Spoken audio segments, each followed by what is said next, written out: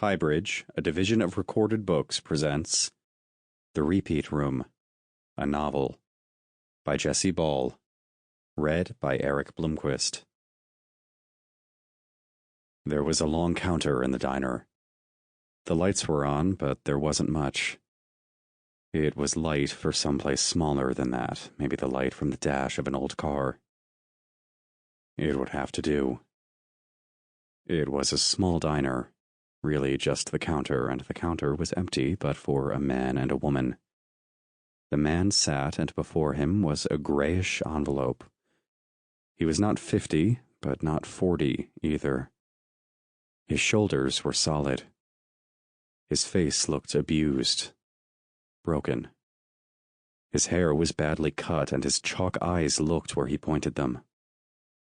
Right then, he was looking at the counter, at the envelope. Not at the woman in front of him. She had just finished saying something. She was somewhere between 20 and 40, with a face and body like a photograph of a waitress. On her neck, in serif, it said Carlos.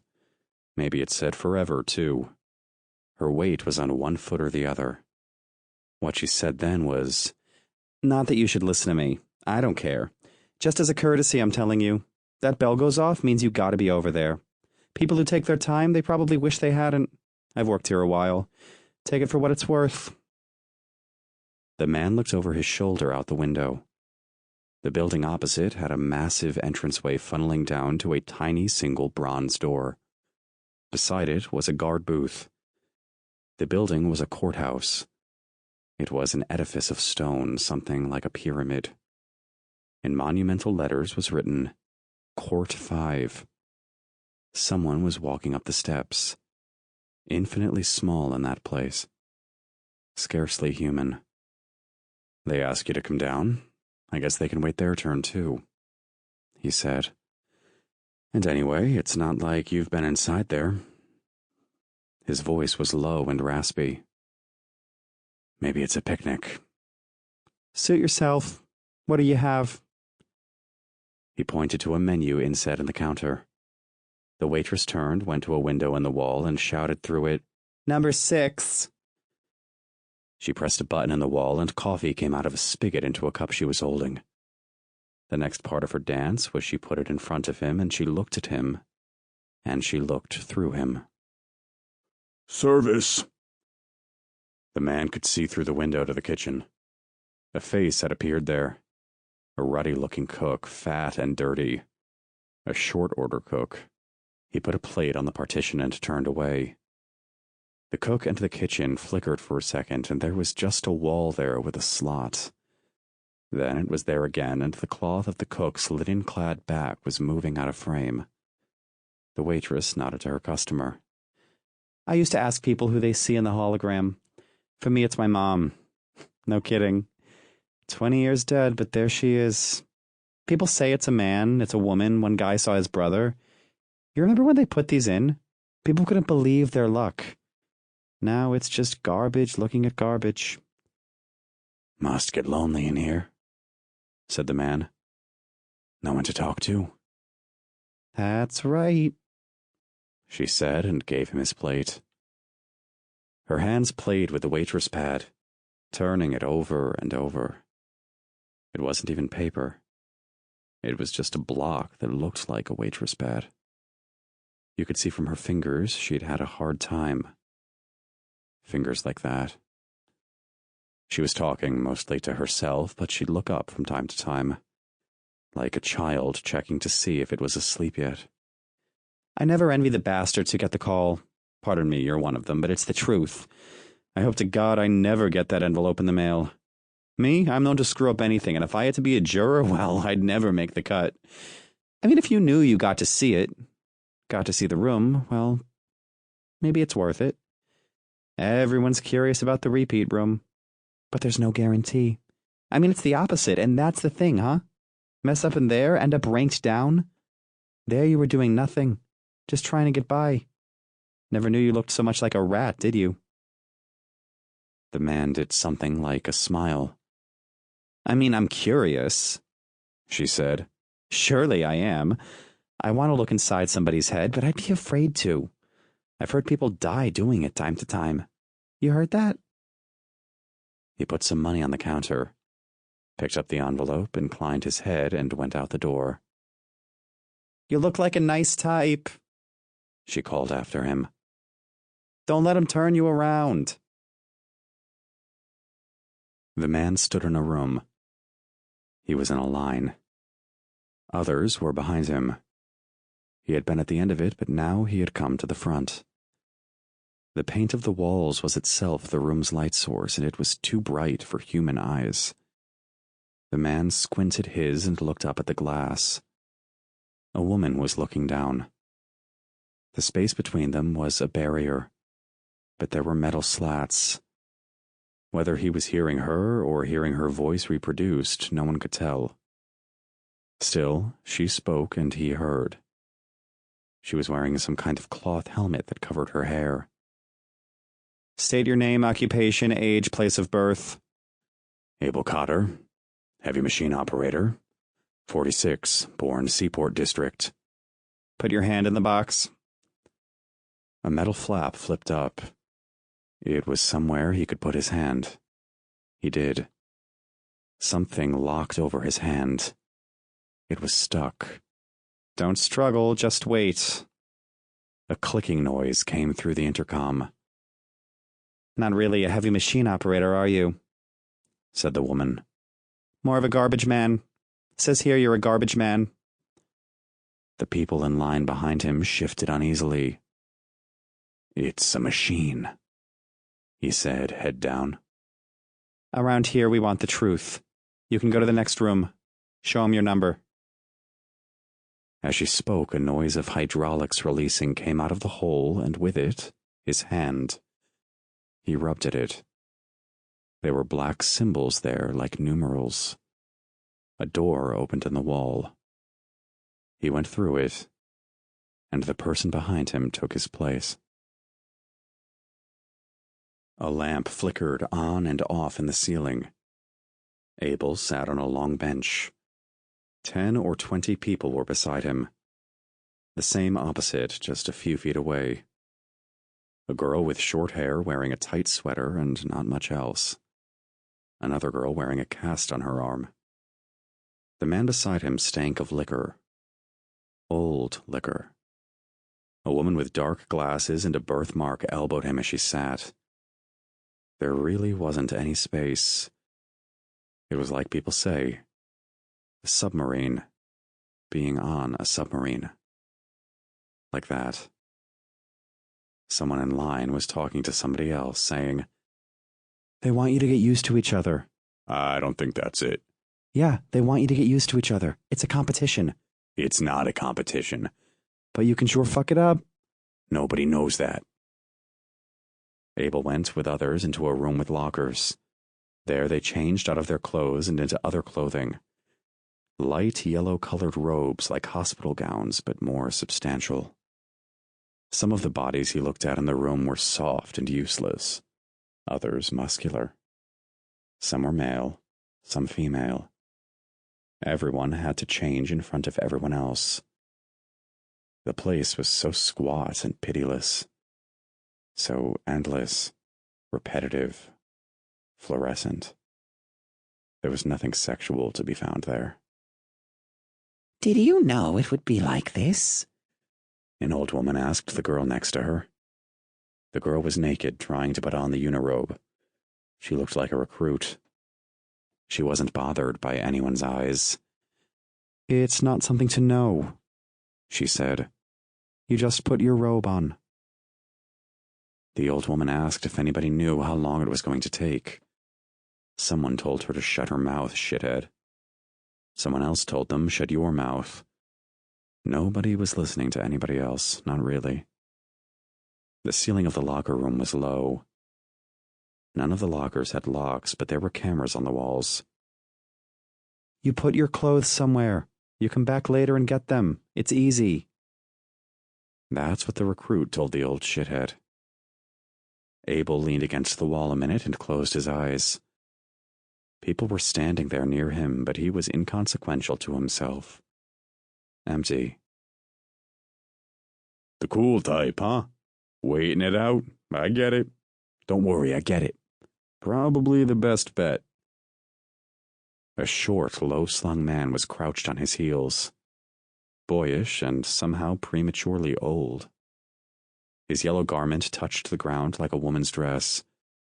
He wiped his nose roughly like he was helping someone else do it. He winked at Abel. A bell rang. Silence. It rang again. I guess that's the signal. We keep going deeper. Aren't you curious? Abel met the man's eyes. What was there was just spill-off. They went down a hallway, in line like children, some stumbling here and there, unused to such order. The walls were nondescript. There was no signage. The floor was an oddly soft plastic, green like putty. The foot didn't sink into it, but the tromping of feet made no report. After 10 minutes, they came to a door which the official unlocked. They'd watched her walk the whole way, but she'd shown nothing, given no details. The task was to walk them in the hallway. When she was doing it, she was the one walking them in the hallway. There wasn't anything else there. This was the new way for people to be. The new era. The balsa wood can be used once, then it breaks. Find a place wherever you can. Room A was enormous, and it was full of people dressed like they were dressed, like mental patients lounging like full-time losers on the hard benches. The newcomers were no different, except they hadn't found seats. They were later than the others, who must have come on time or early, even days before. It was a real gathering.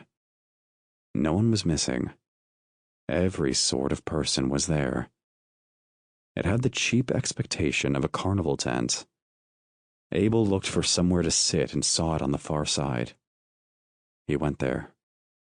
A man with a cane was taking up 2 or 3 spots.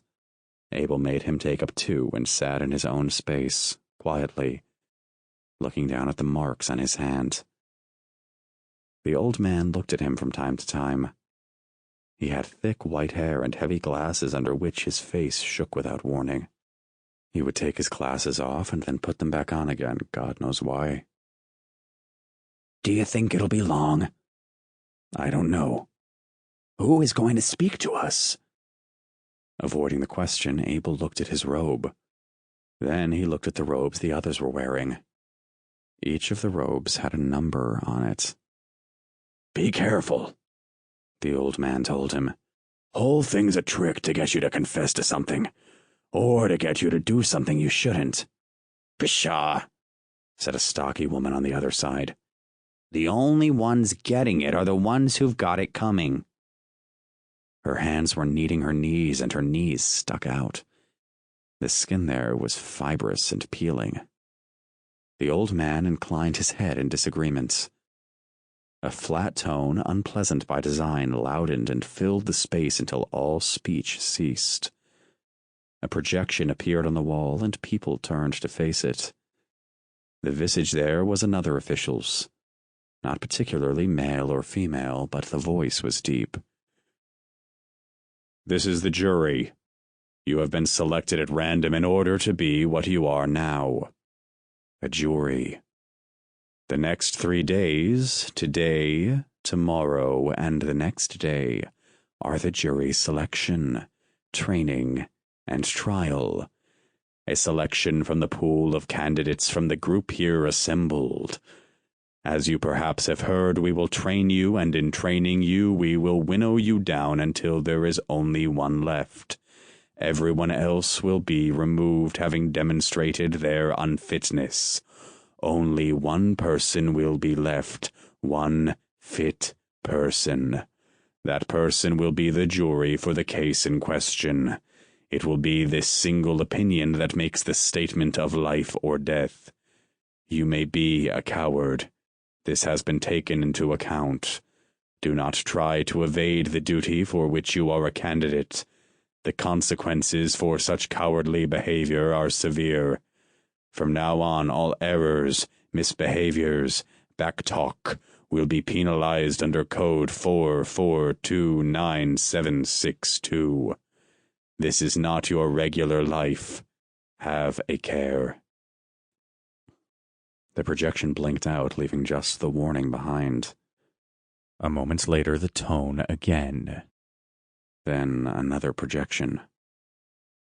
What they saw was a jail cell, and in it a man sitting on a stool. He looked up at the camera and said nothing. He was young, possibly still a teenager. He was several days unshaven, and his eyes were ringed with sleep. In the cell, you couldn't see how large he was. He could have been any size. This is the person for whom you are here. From time to time, we will show you his image to acquaint you with your task. What do you think he did?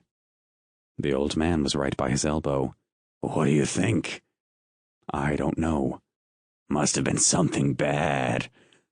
The old man laughed. Must have been pretty bad to get the death sentence, eh? Still, I'd like to know. Kid like that looks like a fuck-off. Dirty like that, like he was. Looks like they made him sit in that cell. Maybe it's not his fault he's dirty. Oh, he's dirty, all right, said the stocky woman. I know hundreds just like him. That's the kind of neighborhood I live in. It's not supposed to matter what he did, is it? That's not the job, said Abel. That's right, said the old man. Not supposed to, but it does matter. It matters, doesn't it? That's the point, said Abel slowly. That's the whole thing. It's about what you will do, not what you did. Don't bother talking to him, the woman told Abel. He's irrelevant. I don't have to put up with this, said the old man, standing up. There was no place for him to go, though, so all he could do was sit down again. See, like I said, irrelevant. Your time is done. The woman coughed into her hand.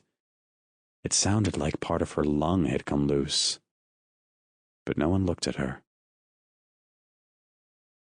Now they sat at partitioned desks facing blocky screens like concave lamps.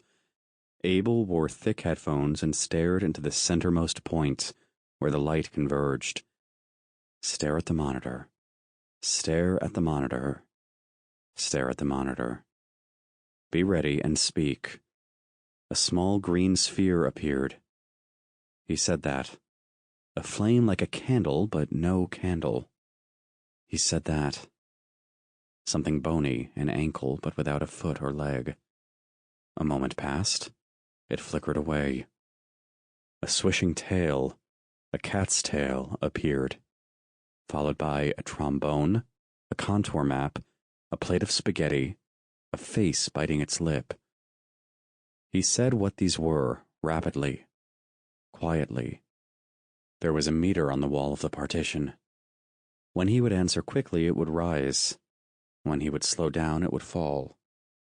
He sped up. Sock puppet, battery pack, musical instrument, no, dulcimer, cartoon mouse, teacup, rosebush, helicopter. The meter flashed at the top. Now someone was behind him, an official, helping him to his feet. He removed the headphones and followed the man out of the room, past dozens of desks. The muttering was loud, taken together.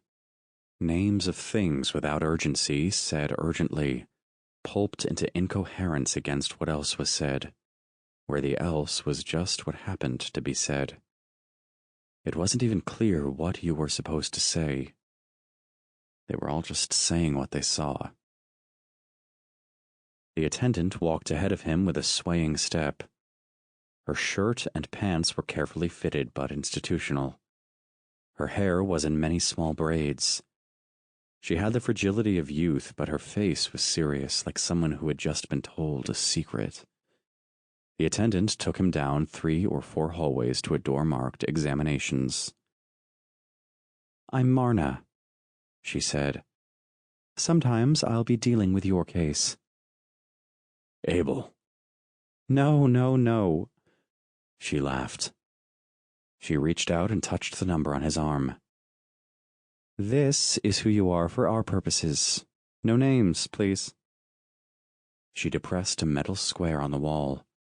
The door opened. Inside, 3 officials were sitting facing a single chair. "Please sit." The room was faced on one side with a mirror. Abel watched himself, watched the broken-down man sit in a plastic chair like he was told to. "Why do you think this is the way it's done?" He said he didn't know. "Okay, smart guy, then what do you think it is? What is the way it's done?" He said so far it didn't make sense. "What have you been told about it? What have you heard?" He said he knew it was like a movie. Like you watched a movie, but it was a person who didn't know they were acting. They were having their real life to them. "It is a person who doesn't know they are acting. They are in a special chamber, the room. This repeat room can be made to expose them to whatever experience we like. What they bring is themselves and how they are. We are judging that, we as a society. The juror is the agent of that judgment. The judger, the judge. A scenario is chosen matched to what we know of them and what they've done.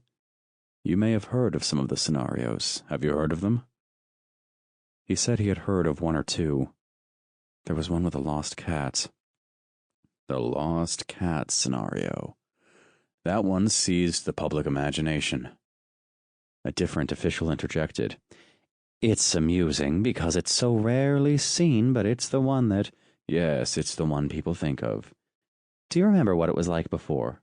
You were educated 30 to 40 years ago. You were taught about the primitive court system. Are you in favor of that system? Many people your age think they are. They think that because they haven't thought about it.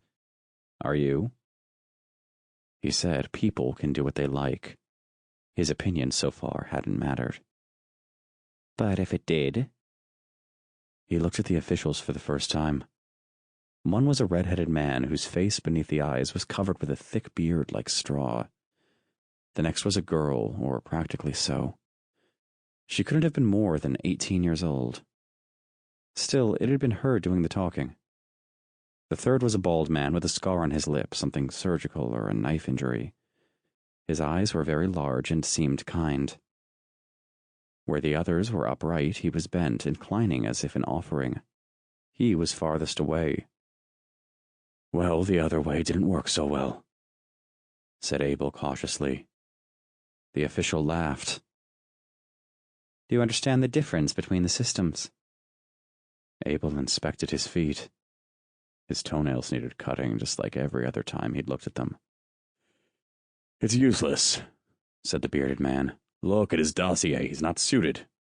"Candidate," said the girl. "State the difference, if you understand it, between the 2 systems." "One punishes.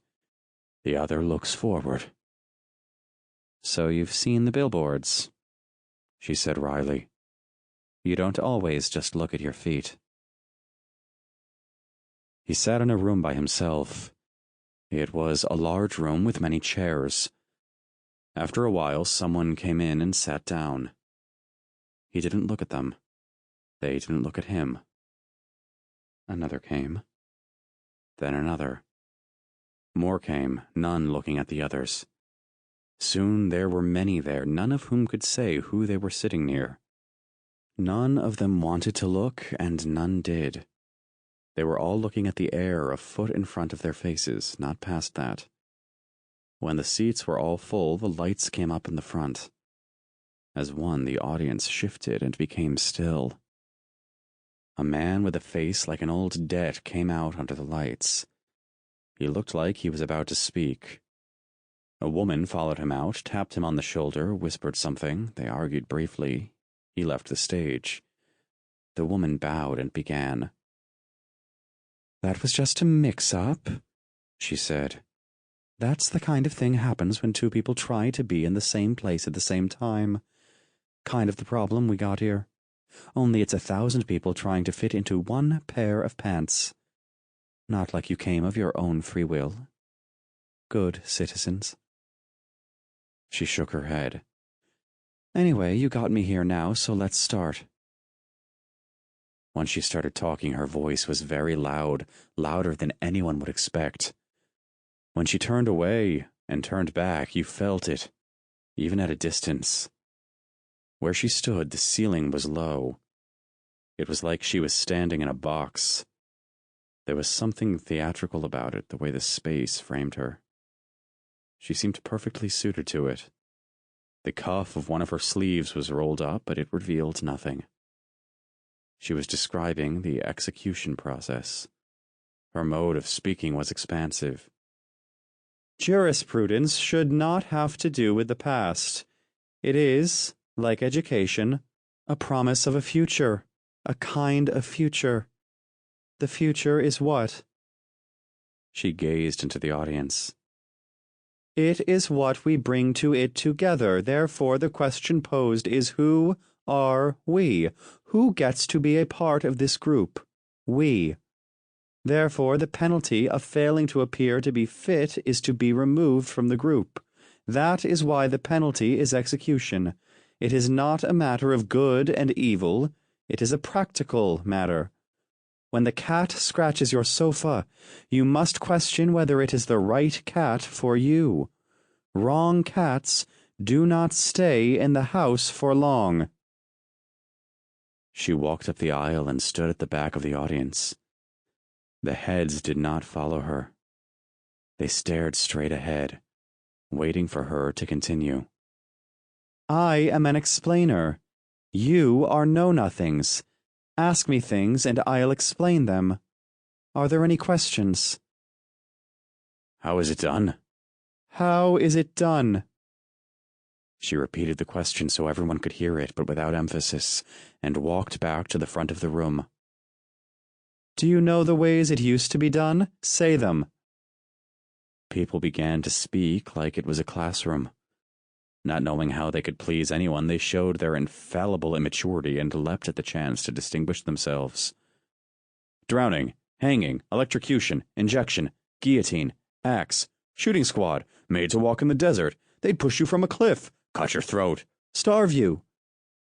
She nodded at each entry, listening carefully.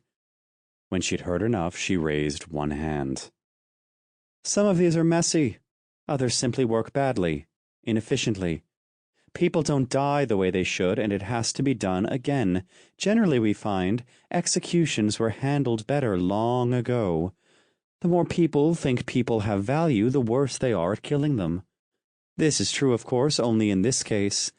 In war, we go on year by year, better and better at it, yes? A woman with a shaved head and glasses had her hand raised. Which one is used now? Isn't it interesting that no one here knows? For some reason you aren't told that, the public. But you will be told now for the reason that you should imagine it happening to the man you saw earlier today. You should imagine it in order to know what it is to take your job seriously. Does this make sense? Some heads nodded. Others stayed curiously poised. Let's look at him now. Let's take a look at him again. A projection blinked on behind her. The young man in the prison cell was there in the room with them. It was like he could see them there. He stood up and moved towards them, but there was only a few feet he could go. One of his eyes was a little red, and the second-to-last button on his shirt hadn't been fastened. There was an air about him. Somehow all of who he was hadn't been poured into his container. It was a person there for sure, but visibly shallow. Yet his eyes were large, and to look in the room was to look at them. He turned his thin back, and the image winked out. The method is that the surplus person is put in a concrete room with a sealed door. After a little while, the breathable air is removed from the room. Then biological death occurs. This process has no flaws and does not suffer from any of the difficulties of the old processes. It works 100% of the time and costs the taxpayer almost nothing. Try all they like, the lungs learn they have no job to do. She made a little bow at the shoulders. The new society is not pretty. It just does what it can to not be false and to permit no false. Sample complete. Ready to continue?